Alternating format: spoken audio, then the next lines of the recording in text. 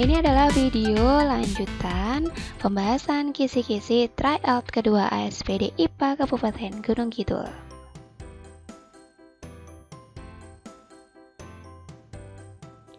Kita lanjut nomor 11.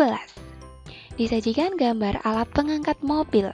Peserta didik dapat menentukan besar gaya agar mobil bisa terangkat ke atas. Ini berkaitan dengan materi hukum Pascal. Jadi hukum Pascal ini memiliki persamaan P1 sama dengan P2. Tekanan pada piston 1 sama saja dengan tekanan pada piston kedua. Ingat, tekanan itu rumusnya F per A. Jadi kalau kita jabarkan menjadi F1 per A1 sama dengan F2 per A2. Jadi F-nya ini yang mengepush atau mendorong, kemudian F2 adalah gaya keluarannya. Yang ditanyakan adalah menentukan besar gaya agar mobil bisa terangkat ke atas. Jadi yang ditanyakan adalah F1. Kalau dicari F1 maka rumusnya bisa kamu gunakan F2 per A2 kali A1. Jadi A1 nya dipindah ke ruas kanan.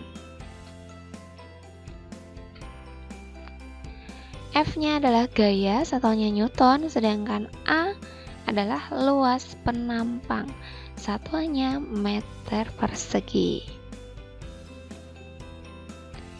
Contoh soalnya, perhatikan gambar di bawah ini.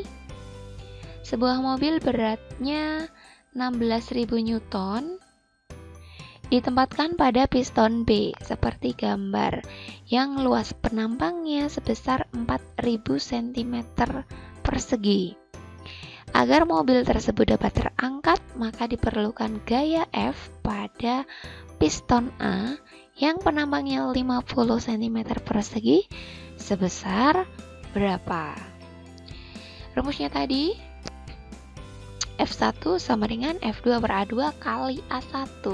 Silakan dimasukkan angka-angkanya. Nah, sebenarnya harusnya A luas penampang ini kalau satuan tekanannya itu pakai Pascal, maka A-nya harus satuannya meter persegi. Tapi karena ini hanya perbandingan, ya nggak apa-apa lah pakai cm persegi karena sama aja, nanti satuannya kan dicoret kalau perbandingan ya. Nah itu nggak apa-apa. Tapi kalau kamu diminta untuk mencari tekanan, maka A-nya harus kamu jadikan meter persegi. Oke, kembali ke soal. Jadi kita masukkan angkanya 16.000 dibagi 4.000 kali 50. Bisa dicoret 16 bagi 4, 4 kali 50, 200 Newton. Ketemu C. Indikator nomor 12 disajikan gambar dan data informasi peristiwa gelombang. Peserta didik dapat menentukan besar cepat rambat gelombang tersebut. Jadi perhatikan gelombang merambat pada permukaan air laut seperti pada gambar. Bila gabus tersebut naik turun 10 kali, berarti jumlah gelombangnya 10. Dalam waktu 5 sekon, T-nya 5, maka cepat rambat gelombangnya berapa? Nah, dari gambar kita sudah dikasih 2 meter nih. 2 meter ini panjang satu gelombang ya. Jadi ini setengah bukit, lembah, terus setengah bukit lagi. Jadi ada satu bukit dan satu lembah. Berarti di situ ada satu gelombang. Satu gelombang atau lambda. Lambda sama dengan 2 meter. Pertanyaannya, cepat rambat gelombang. Kamu bisa pakai rumus V sama dengan lambda dibagi T. Lambdanya ini tadi, T-nya, T ini T periode, bukan waktu ya. Kalau waktu huruf kecil, nah di sini adalah T periode. Belum tahu kan? Jadi kita cari dulu T besarnya. Rumusnya T kecil dibagi N, waktu dibagi jumlah gelombang. 5 dibagi 10 sama dengan 0,5 sekon. 0,5 nya bisa kita masukkan ke rumus yang ini tadi. Jadi 2 dibagi 0,5 sama dengan 4 meter per sekon.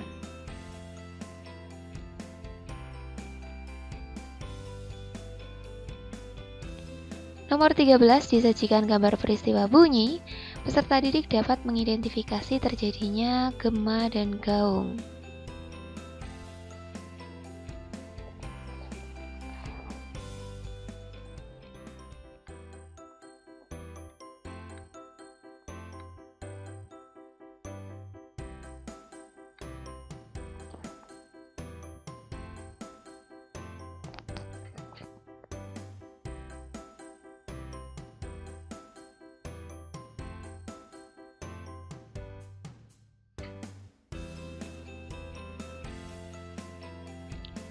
Nomor 13 disajikan gambar peristiwa bunyi. Peserta didik dapat mengidentifikasi terjadinya gema dan gaung. Gema adalah pantulan bunyi yang terdengar jelas setelah bunyi asli, sedangkan gaung adalah pantulan bunyi yang terdengar tidak jelas karena hampir bersamaan dengan bunyi asli. Bedanya ini, datangnya bunyi pantul itu gaung sudah dikatakan tadi ya, hampir bersamaan dengan bunyi asli, sedangkan gema itu setelah bunyi aslinya. Untuk gaung, jarak sumber suara dengan penghalang atau bidang pantulnya itu dekat, makanya langsung bisa balik. Makanya bunyinya hampir bersamaan dengan bunyi asli. Sedangkan untuk gema itu jarak sumber suaranya jauh. Bunyi yang terdengar untuk gaung tidak jelas, kalau yang gema jelas. Manfaatnya, nah biasanya kalau gaung ini merugikan, sedangkan kalau gema itu menguntungkan karena bisa dimanfaatkan untuk mengukur suatu jarak yang tidak atau sulit diukur menggunakan alat ukur manual. Contohnya, perhatikan gambar di bawah ini. Seseorang, ini yang ya. Seseorang yang melakukan perbuatan seperti pada gambar akan menghasilkan fenomena yaitu gaung atau gema. Di sini kan di dalam gua ya. Nah, gua itu kan jaraknya jauh. Jadi ini nanti hasilnya adalah gema, bukan gaung. Yang C atau D. Gema akan terdengar bunyi pantul yang tidak jelas bersamaan dengan bunyi asli. No, ini adalah ciri gaung, bukan ciri gema. Jadi C salah ya.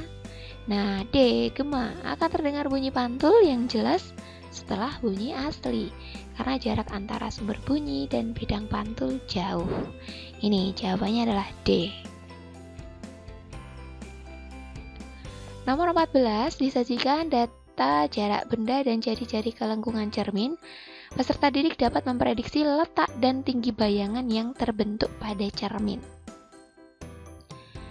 Di sini ada kata-kata memprediksi ya. Jadi kalau diberikan data jarak sama jari-jari ke lengkungan cermin, untuk tinggi bayangannya kita memang hanya bisa memprediksi itu diperbesar atau diperkecil. Kita coba kerjakan soalnya aja. Cermin cekung berjari-jari 100 cm, di depannya diletakkan benda berjarak 80 cm. Jarak bayangan dan sifat bayangan yang terbentuk berturut-turut adalah jarak bayangan. Nah, di sini ada angka, berarti kita bisa ngitungnya.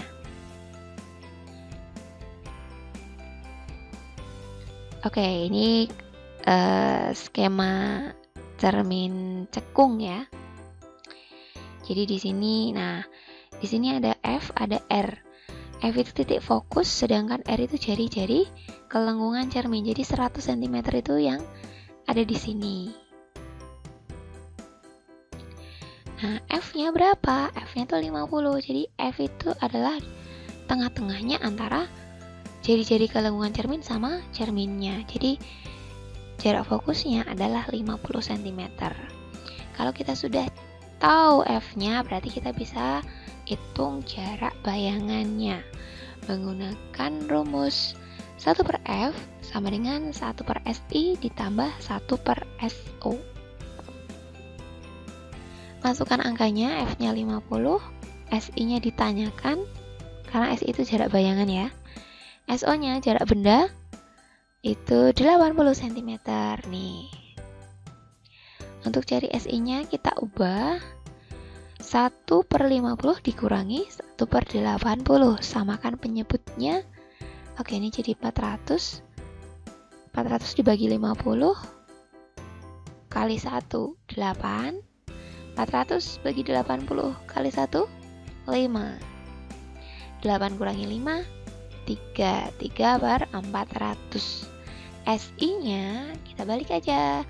400 dibagi 3. 133,33 cm. Oke, berarti ini kalau nggak C ya, D. Nah, sekarang sifat bayangannya diperkecil atau diperbesar?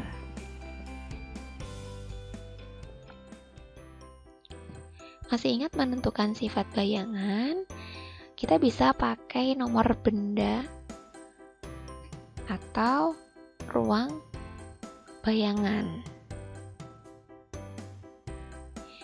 Jadi di sini untuk cermin berlaku sama ya penomorannya, baik nomor benda sama nomor bayangan. Jadi ini ruang nomor 1, ruang nomor 2, ruang nomor 3, dan ruang nomor 4. Prinsipnya seperti ini, ruang benda ditambah ruang bayangan sama dengan 5. Nah, bendanya ini kan terletak di ruang 2. Karena ini tadi 80 cm kan. Nah, 80 cm itu kira-kira di sini. Di ruang benda nomor 2. Kalau bendanya terletak di nomor 2, maka bayangannya kalau ditambah jadi 5, berarti di ruang bayangan 3. Dari ruang 2 ke ruang 3 naikkan, berarti bayangannya diperbesar. Nah, jadi bayangannya nanti ada di sini dan diperbesar. Ingat, bayangannya ada di depan cermin. Kalau bayangan di depan cermin sifatnya nyata dan terbalik. Kalau di belakang cerminnya, maka bayangannya akan bersifat maya dan tegak. Berarti gambarnya, karena di sini nyata dan terbalik, kemudian 2 ketika tadi diperbesar, maka gambarnya akan seperti ini. Lebih besar, kemudian terbalik. Oke, sudah ketemu jawabannya. Berarti SI-nya tadi 133,33 dan diperbesar. D. Indikator soal nomor 15, disajikan pernyataan peristiwa listrik statis. Peserta didik dapat menjelaskan prinsip perpindahan muatan-muatan listrik. Prinsipnya adalah muatan listrik yang dapat berpindah adalah muatan listrik negatif atau elektron. Bisa berpindah karena adanya gesekan antara dua benda. Jika suatu benda melepaskan elektron, maka dia akan bermuatan positif karena lebih banyak protonnya. Nah, yang menerima elektron, maka benda tersebut akan bermuatan negatif karena kebanyakan elektron. Contoh soalnya, 2 orang siswa sedang melakukan percobaan listrik statis. Alia menggosokkan kaca dengan sutra, sedangkan Nazihan menggosokkan ebonit dengan kain wol. Kaca dan ebonit tersebut didekatkan pada serpian kertas kecil, kemudian serpian-serpian tersebut tertarik ke ebonit maupun kaca. Kedua siswa tersebut menjelaskan bahwa ebonit dan kaca menjadi bermuatan listrik karena... Baik, penjelasannya kita analisis satu persatu dari opsi A. Terjadi perpindahan elektron dari wol ke ebonit, sehingga ebonit bermuatan negatif, sedangkan kaca bermuatan positif karena kaca melepas elektronnya ke sutra. Jika wol dan ebonit digosok, maka ebonit akan bermuatan negatif. Bisa bermuatan negatif karena ternyata ebonit ini menerima elektron dari wol. Nah, berarti yang ini benar ya. Perpindahan elektron dari wol ke ebonit. Ebonitnya bermuatan negatif.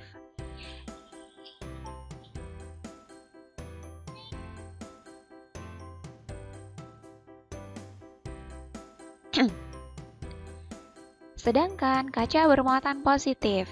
Nah, kaca digosok dengan sutra, maka kaca akan bermuatan positif.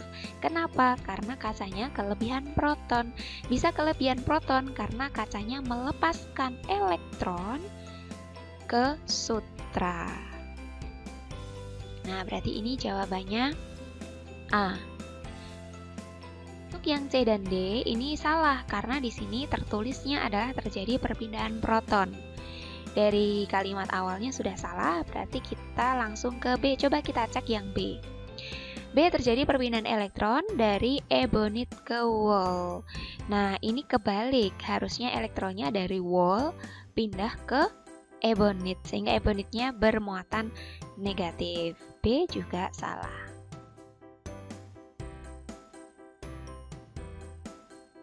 Oke, jadi nomor 15 ini jawabannya A. Indikator soal nomor 16, disajikan gambar rangkaian listrik. Peserta didik dapat menghitung kuat arus listrik yang mengalir dalam rangkaian tersebut. Oke, ini berkaitan dengan hukum Ohm. Tapi sebelumnya, untuk menghitung hambatan total, karena biasanya nanti hambatannya ada beberapa, nah harus kamu hitung dulu hambatan totalnya berapa. Hambatan bisa terpasang seri, bisa terpasang paralel. Nah, kalau paralel ini jangan lupa dibalik 1 per RP sama dengan 1 per R1 ditambah 1 per R4. Kalau menurut benda ini ya, kalau menurut bagian yang ini. Jadi 1 R yang satunya ditambah 1 R yang satunya lagi. Atau kalau nanti ada 3 ya berarti ditambahkan 1 per R-nya lagi. Nah, kalau sudah selesai nanti di akhir RP-nya kamu balik karena kamu mau mencari RP-nya saja, bukan 1 per RP. Sedangkan untuk RS, nah hambatan seri ini tinggal dijumlahkan saja R1 ditambah R2, atau kalau nanti ada R yang lain berarti ditambah R secara langsung. Nah, kalau menurut gambar ini sih R totalnya berapa? Nah, kalau R totalnya berarti gambar seperti ini yang kamu hitung paralelnya dulu, dicari RP-nya di sini, kemudian baru ditambahkan dengan R1 dan R2. Kemudian masuk ke hukum Ohm-nya untuk menghitung kuat arus listrik, kita punya rumus I sama dengan V dibagi R. I-nya arus listrik, V-nya beda potensial atau tegangan, kemudian R-nya adalah hambatan. Nah, hambatan tadi kamu cari pakai yang sudah dijelaskan tadi untuk hambatan seri sama hambatan paralelnya. Langsung ke contoh soal. Perhatikan gambar rangkaian berikut. Besar kuat arus I pada rangkaian adalah, jadi yang ditanyakan yang ini. Nah, di sini ada 3 hambatan, kita perlu mencari hambatan totalnya dulu. Yang mana dulu yang dikerjakan? Kalau hambatannya rangkaiannya seperti ini, maka kita akan cari hambatan yang secara paralel dulu, biar nanti bisa diseri dengan yang 3 ohm. 1 per RP sama dengan 1 per 8 ditambah 1 per 24. Samakan penyebutnya, yaitu 24, berarti di sini 3, di sini 1. Kamu jumlahkan menjadi 4. 4 per 24, itu baru 1 per RP-nya. RP-nya berarti kamu balik, 24 dibagi 4 sama dengan 6 ohm. Ini baru ketemu hambatan paralel yang ada di sini. Kamu tambahkan dengan hambatan yang 3 ohm secara seri, berarti tinggal dijumlahkan saja. 3 ditambah 6 sama dengan 9 ohm. Maka kita dapat sudah R totalnya. Langsung kita masukkan ke rumus hukum Ohm. I sama dengan V dibagi R. V-nya yang, nah ini yang satuannya volt. Ini tegangan. 9 dibagi 9. Sama dengan 1 ampere. 16 B. Selanjutnya nomor 17, disajikan gambar trafo. Peserta didik dapat menganalisis jenis trafo dan perbandingan jumlah lilitan primer dan sekunder trafo. Jenis trafo yang kita pelajari kan ada dua ya, trafo step up sama trafo step down. Trafo step up itu untuk menaikkan tegangan, kan up, jadi naik, menaikkan tegangan. Sedangkan trafo step down untuk menurunkan tegangan. Pada trafo ada persamaan NP per NS sama dengan VP per VS sama dengan IS per IP. Jadi N sama V ini berbanding lurus dan mereka berbanding terbalik dengan I. I itu kuat arus, V itu tegangan, N adalah jumlah lilitan. Kemudian di sini ada P sama S. Nah, P ini untuk primer, S itu untuk sekunder. P primer itu maksudnya adalah inputnya atau masuknya, kemudian sekunder itu keluarnya. Jadi di sini misalnya kalau gambar ini yang kiri input ini primer, yang ini yang kanan output atau yang sekunder. Jadi bisa kita katakan trafo step up untuk menaikkan tegangan, berarti tegangan sekunder ini lebih besar daripada tegangan primer. Karena V sama N itu berbanding lurus, maka bisa kita katakan NS lebih besar daripada NP. Nah, ini jumlah lilitannya lebih besar kan? Ini lebih kecil atau lebih sedikit. Kalau step down, kebalikannya. Untuk menurunkan tegangan, berarti jumlah lilitannya juga berkurang.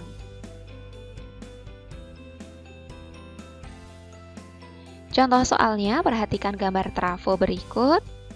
Jika lilitan primer pada trafo di atas sebesar 800 lilitan, jadi ini 800 lilitan, maka jenis trafo serta perbandingan jumlah lilitan primer dengan sekunder adalah, pertanyaannya jenis trafo bisa kamu lihat dari jumlah lilitannya aja nih, nggak apa-apa. Ini kan yang NP primer itu banyak, yang NS sedikit, berarti kan turun. NS-nya lebih kecil, berarti kalau turun jenis trafonya step down. Nah, ini ada A, B, sama D, step down semua. Nah, pertanyaan kedua, perbandingan jumlah lilitan primer dengan sekunder. Primernya kan 800, sekundernya berapa? Bisa kita hitung dengan membandingkannya dengan tegangan. Karena tegangan ini, tegangan primernya ada, tegangan sekundernya ada. Jadi kita bisa mencari jumlah lilitan sekunder pakai perbandingan yang tadi. Kenapa I-nya tidak dipakai, tidak ditulis? Karena ya memang di sini tidak ada datanya dan kita tidak akan mencari I. Kita carinya maunya N. Nah, kalau sudah ada V, ya sudah, pakai itu saja. Jadi salah dua saja, tidak usah dipakai semuanya. Masukkan angkanya ya. NP itu 800, NS-nya dicari, VP-nya 220, VS-nya 55. Dikali silang, NS kali 220 sama dengan 800 kali 55. Nah, nanti 220 yang sebelah kiri dipindah ke kanan. Nah, bentuknya jadi seperti ini. Silakan dihitung. Jawabannya nanti ketemu 200 lilitan. Baik, perbandingan NP banding NS-nya jadinya 800 banding 200. Disederhanakan menjadi 4 banding 1.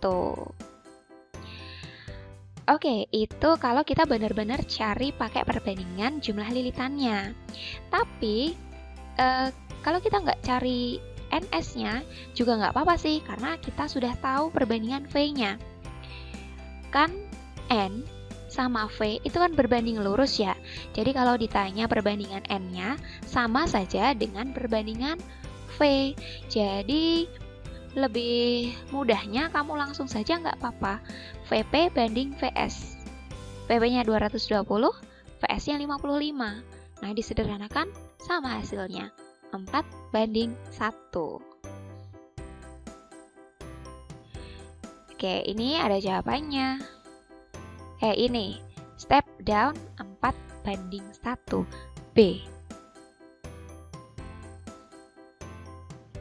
Indikator soal nomor 18, ini sudah masuk ke materi IPA Biologi. Disajikan data hasil observasi siswa. Peserta didik dapat mengidentifikasi komponen ekosistem yang mengganggu komponen ekosistem lain. Langsung ke contoh soal. Berkaitan dengan komponen ekosistem itu berarti kaitannya dengan komponen biotik sama komponen abiotik. Perhatikan beberapa komponen lingkungan sawah berikut. Ada kodok, belalang, dan seterusnya. Komponen biotik yang berpotensi merugikan petani dalam meningkatkan hasil panen ditunjukkan oleh nomor. Berarti kita pilih komponen apa saja yang bisa merugikan hasil panen. Jadi kalau hasil panennya padi berarti apa saja yang bikin hasil padinya menurun. Apakah kodok? Tidak ya, kodok hanya menggunakan sawah itu sebagai tempat tinggal dan makanannya bukan padi, jadi kodok tidak merugikan. Yang kedua, belalang. Belalang itu makan daun. Ini bisa merugikan panen. Coba nomor 2 kita simpan untuk jawabannya. Kita lihat yang lainnya dulu. Nomor 3, ikan nila. Nah, ikan nila ini biasa dipelihara di perairan sawah, tetapi dia tidak akan merugikan hasil panen petani. Jangan jawab nomor 3. Nomor 4, keong sawah. Nah, ini juga merugikan hasil panen. Kemudian nomor 5, ular. Ular jika ada di sawah berarti dia malah menguntungkan karena bisa makan tikusnya. Yang nomor 6, tikus jelas rugi. Dia bisa memakan hasil panen padi. Berarti nomor 6 iya juga. Terus alang-alang. Nah, alang-alang ini bisa bertindak sebagai gulma. Jadi dia merebut nutrisi yang seharusnya bisa diserap oleh tanaman padi. Jadi yang merugikan tadi di nomor 2, 4, 6, dan 7. D. Indikator soal nomor 19, disajikan gambar jaring-jaring makanan. Peserta didik dapat menganalisa dampak kepunahan dari suatu organisme terhadap organisme lain. Nah, ini kalian juga pasti sering sudah menemukan soal-soal yang seperti ini. Jika populasi ular diburu sampai habis karena keberadaannya yang membahayakan, maka akan terjadi ketidakseimbangan pada ekosistem tersebut berupa. Jadi kalau ular ini hilang atau punah, maka yang berdampak biasanya adalah hewan-hewan yang ada di dekatnya. Jadi bisa tikus karena ular makan tikus, atau bisa burung karena ular juga makan burung, bisa juga elang karena ular ini adalah makanan elang. Kalau kita lihat dari jaring-jaringnya, tikus itu kan hanya dimakan oleh ular ya. Jadi kalau ular mati ya berarti tikus nggak ada yang makan. Maka populasi tikus bisa bertambah banyak. Kalau burung, nah selain dimakan ular,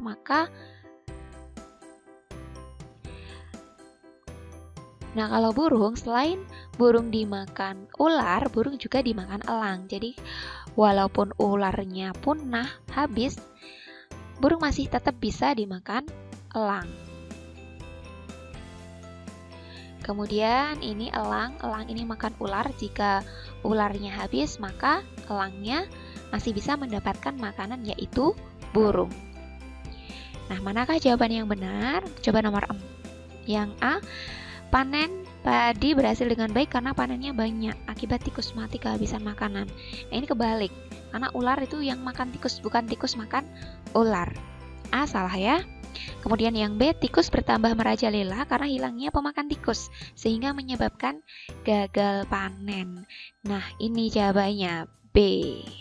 Kalau yang C, populasi elang tidak bertahan karena tidak ada mangsa yang dapat dimakan. Ini masih ada burung kecil kok, jadi elang masih aman. Untuk D, burung kecil akan meledak populasinya karena tidak ada pemangsa. Enggak, masih ada pemangsanya, yaitu elang. Nomor 20, disajikan gambar organisme. Peserta didik dapat mengidentifikasi kelompok organisme yang memiliki hubungan kekerabatan yang paling dekat. Contoh soalnya, di situ ada gambar-gambar hewan. Hewan yang memiliki kekerabatan paling dekat adalah hewan nomor. Jadi dari keempat hewan ini adalah hewan vertebrata atau punya tulang belakang. Cuma nanti ini beda-beda kelompoknya ya. Yang nomor 1 ini kelompok Pisces, 2 amfibia, 3 ular masuk reptilia, dan 4 kura-kura juga, kura-kura atau penyu nih. Ini juga masuk reptilia. Nah, jadi yang paling dekat kekerabatannya adalah nomor 3 dan 4. Satu lagi contoh soal. Kalau ini ada gambar-gambar tumbuhan, manakah yang memiliki kekerabatan paling dekat? Adalah hewan nomor, nah ini typo, ini harusnya tumbuhan ya. Tumbuhan mana yang kekerabatannya paling dekat? Nomor 1 ini pakis haji, dia masuk Pteridophyta atau paku-pakuan. Kalau yang nomor 2 ini tanduk rusa, ini juga masuk paku-pakuan atau Pteridophyta. Wah, sudah ketemu nih jawabannya, 1 dan 2. Kalau yang ketiga ini lumut. Lumut masuknya Bryophyta. Ini yang paling jauh kekerabatannya daripada 1, 2 sama 4. Karena 4 ini kan ini masuk Spermatophyta ya. Atau tumbuhan monokotil. Monokotil yang masuk Spermatophyta. 1, 2 sama 4 ini punya pembuluh angkut. Sedangkan yang Bryophyta itu belum punya pembuluh angkut. Dan tidak punya akar daun batang yang sejati. Kalau yang 1, 2, 4 itu sudah. Oke, yang paling dekat kekerabatannya berarti nomor 1 dan 2A.